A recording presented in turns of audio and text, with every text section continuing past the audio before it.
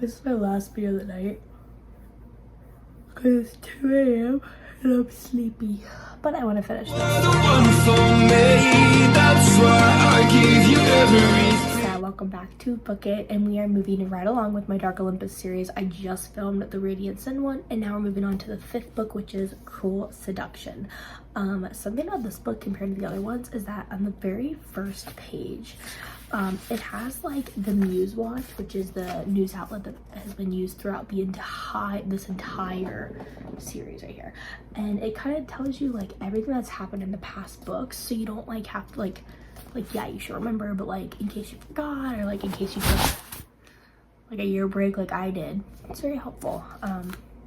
So like that was really nice.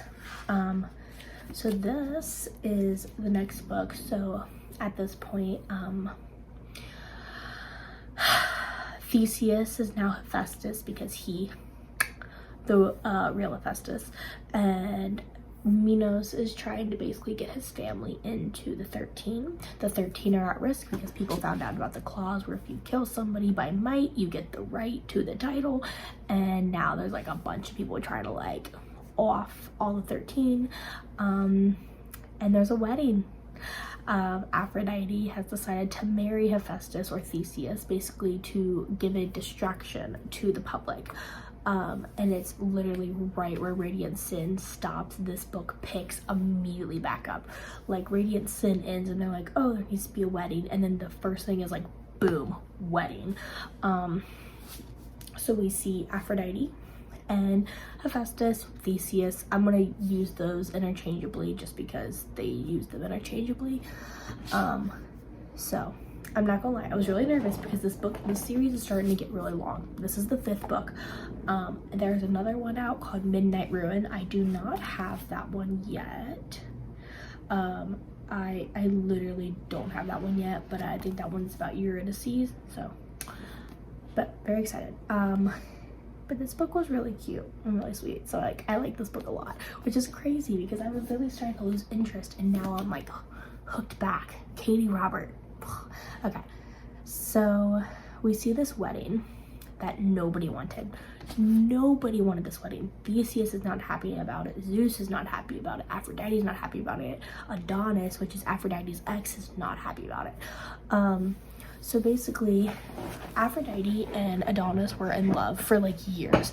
And they've known the entire time because of her name, because of her title, that she is going to have to basically marry somebody for power. She's not going to be able to marry the one that she loves.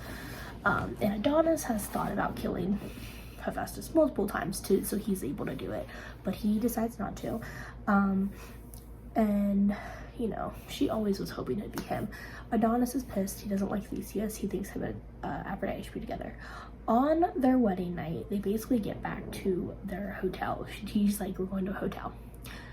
Aphrodite and Theseus do it. And like the most awkward like scene I've ever read in my entire life. It's like super uncomfortable for both of them. Like you can just like, ugh. And she's like, cool. And then she literally leaves. Like, he's like, all right, like, let's go to bed. And she's like, yeah, no, bye. And he's like, okay. So she leaves and goes to the lower city. And she goes to like the Hades club from like back in like book 1 and 2. So she goes to Hades club and she's like, yeah, I'm not doing this. Eurydice brings Pandora to the club, and Pandora is like drunk as hell. So Pandora and Theseus are like siblings. Like they both were in like the orphanage together, and Theseus like really like guarded Pandora, and like she's not considered a part of Minos' household, yet she is, because like Minos' household is Theseus, the Minotaur, Icarus, and Adrena, and Pandora is like, he doesn't really keep tabs on it. Like he knows who Pandora is, but he doesn't really care about her. So she's really good friends with Theseus, and she shows up to this club together, and she is like wasted, and she sees Aphrodite, and she's like, well, she doesn't know it's Aphrodite at first. She's like sitting in this club, like it's a kink club, so she's like, you know, feeling herself, and then literally like looks up and she's like, wow, like who's this girl? She's so pretty, she's so gorgeous, oh my gosh. And then she's like, that's my bestie's wife. So basically the entire time, like, she wakes up the next day and like Aphrodite posts a photo online of like, who's this mystery girl in our bed, basically just to tick Theseus off. And they like sleep together, like Pandora and Aphrodite like sleep together, and they really like each other, like they really hit it off. So like throughout the entire book, like the two of them are like flirting, and like they really like each other, and they kind of like really don't talk about it with the other people, but like they really do like each other, and they hook up a couple times, but it's like kept under wrap because the public doesn't really know. Theseus doesn't really know. He gets mad, of course, when he finds out about Aphrodite and Pandora, and basically calls Adonis and is like, hey, let's hook up. And Adonis and him make a deal where like Adonis is going to help Theseus like clear his name and like, you know, be redeemable in the public's eye. In return, he's not going to kill Aphrodite. And Theseus is like, Adonis, you looking hot. So Adonis and Theseus start hooking up. So like, let me draw you a web. Aphrodite, Theseus, they're hooking up because they're married, and they keep having like these really hate sex vengeance, like they like will scream at each other and then have sex. Meanwhile, she is sleeping with Pandora. Okay. He is sleeping with Adonis, but Adonis and Aphrodite used to sleep together. So now you're seeing triangles form in this weird triangle world, okay? This is a really messy book, by the way. So Theseus and Aphrodite hook up, and they basically like start to like each other based on being intimate, but they also hate each other. So it's like they fight, they bang, they fight, they bang, they like each other, they're not, they like kind of have feelings for each other, but like not really. There's one particular night, so basically because of everything going on in the city, because Theseus killed the old Hephaestus and he's now Hephaestus, people are like going after the Greek gods. And I'm gonna lower my camera a little bit so I can relax. Basically, people are going after the Greek gods to try to kill them. They want titles of the 13, that makes sense. So there was like a threat on Athena, there was a threat on a couple other people, and basically they're like, what are we gonna do? Like, how do we stop this? There is no way to stop it. You basically have to be protected at all times. Somebody tries to kill Aphrodite, and Theseus was there, and he wasn't able to get to her, and he was trying to save her. So it's not his fault that, you know, he doesn't know who sent them, but it was not him. He's not the reason that she like almost died. And so she's like, okay. She's freaking out. Like, he comes home and she's in the shower and she is just frozen in fear. She's not moving, she's not talking, she's just like not in the mood. Go away. And she's just frozen in fear because she had a near-death experience. So he calls Pandora, and Pandora's like, figure it out, it's your wife. He's like, okay. Pandora turns around and calls Adonis and is like, hey, just so you know, blah, blah, blah. So Adonis races over to Aphrodite because he's still so madly in love with her. Like, this man is like, also, as Gen Z, I don't know if I'm supposed to do this or this, but people are not doing this, so I don't get it, but like, whatever. So like, he like rushes over to her and he's like, oh my god, like, let me try to see you. Bro. This is when Katie Roberts throws us all off. And they end up having a Aphrodite, Adonis, and Theseus. Boom. All three of them. And like, then they like kind of like wake up the next day and like Pandora's cooking them breakfast and they're like, what are we gonna say? Like, what are we gonna talk? Like, it's kind of weird. But then it was like, but Helen, or Ares, she has her two partners, so like, why can't like we have our two partners? And then this is when like Aphrodite's like, hey, yeah, this is cool, like I love that all three of us are like palling it out, but like I really like Pandora, like I don't want to not see Pandora.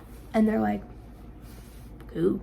So Theseus goes to Minos' house and basically asks him like, what the hell's going on, like what's the plan? And he's like, oh, you know, I'm not talking to you about it. And he's like, well, ever since I took over, you haven't talked to me about any plan at all, and I have no idea what you're trying to do. And basically he's like, well, the public's going to take out whoever they want, and so basically once they take them out, we're going to step into their place. And he's like, what? And he's like, yeah, Icarus and the Minotaur are basically going to take over whatever place, so that way we can like run the inner, you know, we can run the 13. They want to run Olympus. That's what Minos is there for. He's there to take over the Olympus. So Theseus has like this whole thing where he's like, I don't know if I want to do this. And then Minos is like, what do you mean? Like, I adopted you, I got you out of the orphanage, I've cared for you. And he's like, yeah, but like, I would rather be with people I love than like, you know, do this. Because basically Minos is like, yeah, like, just so you know, like, we'll go after Aphrodite, like, we don't care. And he's like, no bestie, no. So he talks about stepping down from his position. And he's like, I will step down because I don't want this to be a thing. And Aphrodite also is like, I'll step down. And basically they talk about stepping down just because they want, like, for once they don't want to choose power. They just want to be with people that they love. And I think it's so sweet. To which response, they actually do not end up stepping down. And that it might work better if they all stay together and they stay, you know, being the 13 and like, you know, kind of disregard everything that Mino wants. And that's basically what they do. Mino talks about how it's not actually him pulling the strings, that there's a benefactor on the outside of town that is pulling all the strings. And you're like, oh, who's the benefactor? And like, I don't know. I feel like they've already talked about the benefactor before, but like, I have no idea. So nervous. But, yeah, that's basically Cruel Seduction. It's like a cute little love story with, you know, Aphrodite, Hephaestus, Pandora, and Adonis, which I love. The little artwork on the front is just, you got a lot going on. You got 1, 2, 3, 4. And I love that because it was like the first two were 2, 2, 3, 2, 4. So it's like you work your way up. And in all honesty, I love the cute little dynamics. I love it. So, the underlying story about Minos and like coming to Olympus and basically trying to like overthrow the 13 is like really good, because I love that it's like not the center of attention, but it is a really big part of the book. But also like he's not actually working for himself. He's working for the benefactor, which is like really interesting to me, because I'm like, who's the benefactor? Like, who's the person on the outside? I'm going to guess that it's probably somebody that like, I don't know. A part of me originally thought it was going to be the original Aphrodite, Eros's mom from Electric Idol, when Eros marries Psyche and Aphrodite, his mom, gets exiled, and then she makes Eris the new Aphrodite. But another part of me is like, maybe it's Demeter, because Demeter was really pissed off when Persephone ran away to be with Hades, and Psyche went to be with Eros. And then in between these two books, what's her face? Oh, what's her name? It's gonna kill me. I know her name. Callisto marries Zeus, which only leaves one more daughter, Eurydice. So it only leaves her, but like the next book is about Eurydice, like Midnight Ruin is about that. So I thought like maybe it'd be about like Demeter, because she was really ticked off and she was trying to start a war or whatever. But then like we got Minos, and like he's mad and he just wants power, and like I don't know. Also, I feel like he's really mean to Icarus in this book, and I really wanted, like, you know, Icarus flew too close to the sun, but like I want to see him happy. But basically, yeah, overall this book, give it a 4 out of 5. It's higher than Radiant Sin. I liked it more than Radiant Sin. And the smut was 3 out of 5. It was really good smut based. I like this book a lot. I'm really excited to read the next one. But yeah, so Katie Robert, you've pulled me back in for this book, and I'm so happy. Please make sure you follow my Goodreads and link below. That way you can figure out what, you know, what's going on, what's next, what am I reading currently. I keep it updated on what I'm literally reading currently, and like when like certain videos are coming, you'll see me post about it. Also make sure you like and subscribe on my YouTube. It helps me out so much more than you could possibly think. Also, it's free, so you can unsubscribe at any time. But like, why would you? And let me know down below if you have any other books you want me to ever like review, because I gladly will do it. I am currently tackling my physical TBR this year, which is this whole bookshelf right here, and then I have books over there on the floor. Basically, I'm going to try to read all of those before I buy another book, with the exception of probably this one, because I really need it. But I'm currently working on reading other books first, so that book might not come for a while. But that's it. Thank you so much for watching, and until next time, bye!